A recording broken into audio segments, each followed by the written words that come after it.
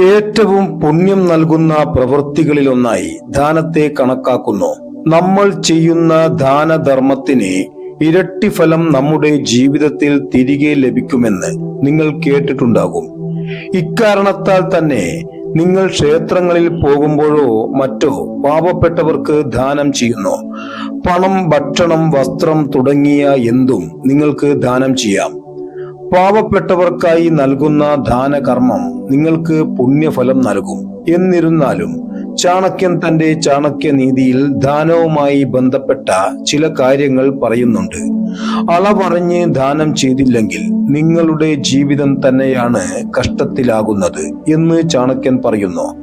ദാനത്തെക്കുറിച്ച് ചാണക്യനീതിയിൽ പറഞ്ഞിരിക്കുന്ന കാര്യങ്ങൾ എന്തൊക്കെയാണെന്ന് നമുക്ക് നോക്കാം. ദാനത്തെക്കുറിച്ച് ചാണക്യൻ പറയുന്ന ആദ്യത്തെ നിർദ്ദേശം ഇതാണ്: തന്റെ കഴിവിനനുസരിച്ച് ദാനം ചെയ്യുന്ന വ്യക്തിക്ക് എപ്പോഴും സന്തോഷകരമായ ജീവിതം നയിക്കാനാകും. അങ്ങനെയുള്ള ഒരാൾക്ക് ജീവിതത്തിൽ ഒരിക്കലും പണത്തിന്റെ പ്രശ്നമുണ്ടാകില്ല. ഒരു മനുഷ്യന് ചെയ്യാൻ കഴിയുന്ന ഏറ്റവും നല്ല പ്രവൃത്തികളിൽ ഒന്നായാണ് ദാനധർമ്മത്തെ ചാണക്യൻ വിശേഷിപ്പിച്ചത്.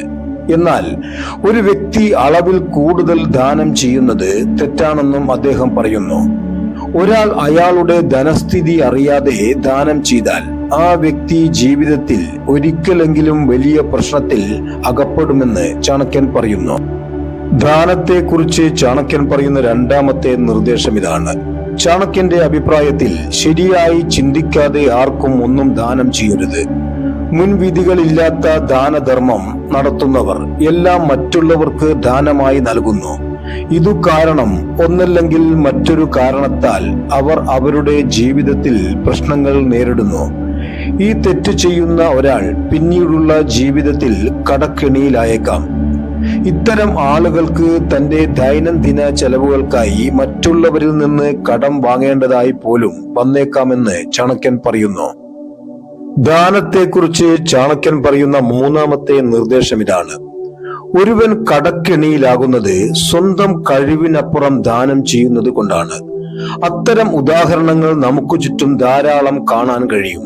പണമുള്ളപ്പോൾ തങ്ങളാൽ കഴിയുന്നത്ര സംഭാവന ചെയ്യുന്ന ഉദാഹരണങ്ങൾ നമുക്ക് ചുറ്റുമുണ്ട്. ഒരു വ്യക്തി ദാനം ചെയ്യുമ്പോൾ അവന്റെ സമ്പത്തിൽ ശ്രദ്ധ ചെലുത്തണം. തന്റെ സമ്പത്തിന് അനുസരിച്ച് മാത്രം ദാനം ചെയ്യണം എന്ന് ചാണക്യൻ പറയുന്നു. ഒരിക്കലും വരവിൽ കവിഞ്ഞ് പണം ചെലവാക്കരുതെന്ന് പറയുന്നു. ചാണക്യൻ നൽകുന്ന നാലാമത്തെ നിർദ്ദേശം ഇതാണ്: ചാണക്യൻ പറയുന്നത് പണം എപ്പോഴും ആവശ്യമുള്ള സമയങ്ങളിൽ മാത്രം ചെലവഴിക്കണമെന്നാണ്. ബാക്കി പണം നിങ്ങൾ ലാഭിക്കണം. പണം ഒരിക്കലും വിവേചനരഹിതമായി ചെലവഴിക്കരുത്. ഇത് ചെയ്താൽ ഇന്നല്ലെങ്കിൽ മറ്റൊരിക്കൽ നിങ്ങൾ കുഴപ്പത്തിലാകുമെന്ന് ഉറപ്പാണ്. ദാനത്തെക്കുറിച്ച് ചാണക്യൻ പറയുന്ന അഞ്ചാമത്തെ നിർദ്ദേശം ഇതാണ്: കഴിയുന്നിടത്തോളം ജീവകാരുണ്യ പ്രവർത്തനങ്ങളിൽ പങ്കാളികളാകണമെന്ന് ചാണക്യൻ പറയുന്നു. ദാനശീലം നമ്മുടെ ജീവിതവും മറ്റുള്ളവരുടെ ജീവിതവും സന്തോഷകരമാക്കാൻ കഴിയുന്ന ഒരു യോഗ്യമായ പ്രവൃത്തിയാണ്. ദാനം ചെറിയതോ വലിയതോ ആയാലും അത് ശരിയായ സ്ഥലത്ത് മാത്രം ഉപയോഗിക്കാൻ ശ്രദ്ധിക്കുക. ഇങ്ങനെ ചെയ്യുന്നതിലൂടെ ദൈവം നിങ്ങളിൽ പ്രസാദിക്കും.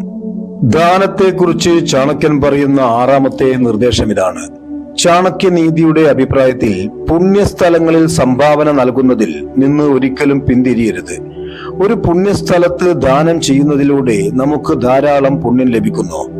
അത്തരം സംഭാവനകൾ നൽകുന്നതിലൂടെ അവിടെ വരുന്ന ഭക്തർക്ക് മെച്ചപ്പെട്ട സൗകര്യങ്ങൾ ഒരുക്കുന്നതിന് സഹായിക്കുക മാത്രമല്ല, വിശക്കുന്ന നൂറുകണക്കിന് ആളുകൾക്ക് ഭക്ഷണം നൽകാനും കഴിയും.